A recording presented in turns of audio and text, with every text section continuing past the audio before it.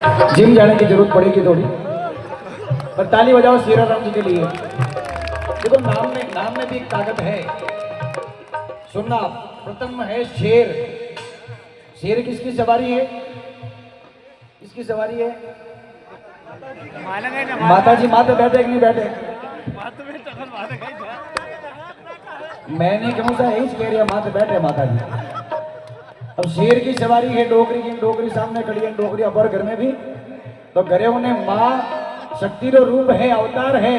और औरत ये माता बना बैठी है, आपने बहुत धन्यवाद है। औरत रो मतलब औरत है वगर पेड़ो रो हाले देर तो सोम सुबह ऊनी रोटी और जन टाइम ठम जाए वन टाइम थाड़ा रही टुकड़ा घोड़ा होटल वालों ही नींद है। औरत माँ, औरत बहन, औरत शक्ति रूप में, और औरत माँ जगत भवानी माँ मातेश्वरी है। बोली जगदम्बे माता की। बताओ ना हाथों को खड़ा करके मेरे साथ बोलेंगे, ओ भोलेनाथ ने मना बने।